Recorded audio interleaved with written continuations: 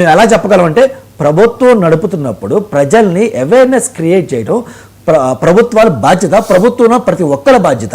మీరు ట్యాక్స్ ఒకరి దగ్గర తీసుకున్నారా, అందరి దగ్గర తీసుకుంటున్నారా? అంటే ఇండియాలో ఒక్కరే అందరికీ అవేర్నెస్ క్రియేట్ చేసిన రెస్పాన్సిబిలిటీ మీది సార్.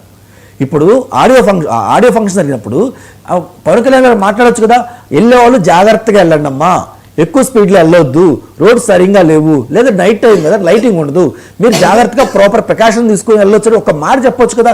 ఆ మాట ఎందుకు చెప్పలేకపోయారు? ఆ మాట చెప్తే సరే జరిగిందా పక్కన పెట్టండి సార్. ఆయన రెస్పాన్సిబిలిటీ తీసుకొని చెప్తే అంత పెద్ద రకం ఉంది, అంత బాగుండేది. అది ఎందుకు చెప్పలేకపోయారు అతను? నిన్న కాకుండా నాకు ఒక ఎయిర్పోర్ట్లో ఒక వీడియో చూశాను సార్.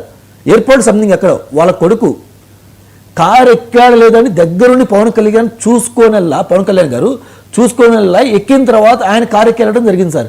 అంటే మీ పిల్లల మీద, మీ బిడ్డల మీద మీరు ఇంత బాధ్యతగా ఉన్నప్పుడు మీకు ఓటేసిన వాళ్ళు కానీ, మీ ఫ్యాన్స్ కానీ, మీ అభిమానుల మీద మీరు ఎందుకు అంత రెస్పాన్సిబిలిటీ తీసుకోవట్లేదు? అది మెయిన్ సార్. అది ఒక్కసారి చూసుకోవాలి. ఇందాక జనసేన సోదరి మాట్లాడుతూ వైఎస్ఆర్సీపీ అధికారంలో ఉన్నప్పుడు మా జన సైనికులే డబ్బులు వేసుకొని రోడ్లు మొత్తం బాగా చేశారంటున్నారు కదా. వాళ్ళే డబ్బులు వేసుకొని రోడ్లు మొత్తం బాగా చేపిస్తే ఎలక్షన్ టైంలో మరి జగన్మోహన్ రెడ్డి గారు ఎందుకు పడ్డాడు? మీరు రోడ్లు బాగాలేవు మీరు అలాంటి బాగు చేశా అంటున్నారు కదా, మరి ఎందుకు అంటున్నారు? మీరు బాగు చేసింది సెల్ఫీల కోసం, ఫోటోల కోసం, గొంతుంటే 4 మట్టి వేయటం జరిగింది. దాన్ని మాత్రం మీ రోడ్లు మొత్తం మీ సొంత డబ్బులతో బాగు చేశారంటే ఎలా కుదురుద్దమ్మా?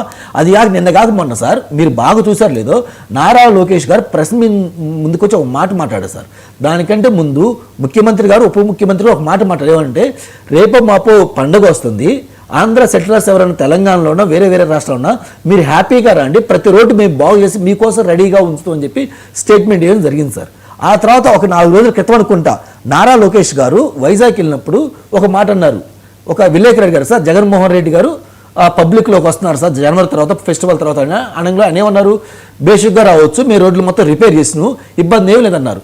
మరి చేస్తే మరి ఈ యాక్సిడెంట్ ఎలా జరిగింది? చేస్తే ఈ యాక్సిడెంట్ అంటే ఇంకా రోడ్లు రెడీ కాలేదు. రెడీ కాకుండా వీళ్ళు బయట ముచ్చట్లు చెప్పి అదే పబ్లిసిటీ పద్దుగూలు చేస్తుంటే ఎలా ఉంటుంది సార్? జనాలు చూసేవాడిని పిచ్చోళ్ళ. అది ఒక్కసారి దాన్ని కూడా వీళ్ళు స్పందించి మాట్లాడాలి సార్. రైట్. ఒకసారి కీర్తన గారు, వాసుదేవ్ గారు ఒక మాట ఇప్పుడు మీరు నన్ను అడిగింది ఏంటి? ప్రభుత్వం అప్పీల్ చేయొచ్చు కదా అని అడిగారు. అప్పుడు నేనేమన్నాను, ప్రభుత్వం ప్రతి ఒక్కరు 5.5 కోట్ల ప్రజలకి వెళ్ళి చెవులు చెప్పడం కష్టం, అది కష్టమైన పని, అందుకు కూడా మనకు స్వయం నియంత్రణ ఉండాలి. అంతేగాని మీరు అడిగింది పవన్ కళ్యాణ్ గారు ఎందుకు అప్పీల్ చేయలేదు, అప్పీల్ చేయొచ్చు కదా అని మీరు అడగలేరు. ఆయన అర్థం చేస్తున్నారు, కాంగ్రెస్ ఆయన పవన్ కళ్యాణ్ గారు చేయించుడా అన్న ఫీలింగ్ లో ఆయన పవన్ కళ్యాణ్ గారు అప్పీల్ కూడా చేశారు. అలానే అక్కడ జాగ్రత్తగా ఇంటికి వెళ్ళండి, సరిగ్గా వెళ్ళండి, ఇబ్బంది పడతారు కూడా అప్పీల్ చేశారు సార్. మీరు అనేక వేదికల్లో భద్రతగా రోడ్డు మీద జాగ్రత్తగా ఉండండి, ఫాలో ఇవన్నీ ప్రభుత్వం చెప్తానే ఉంటుంది ప్రతిరోజు. ఒకరోజు ఒక రాజమండ్రి దగ్గర ఒక ఈవెంట్ కి ప్రభుత్వం చెప్తాండి. ఎక్కడ చెప్పింది సార్? ఒక్క విషయం ఎక్కడ చెప్పింది సార్?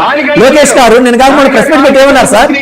లోకేష్ గారు నిన్న కాక సార్, మీరు మీడియా చూడండి,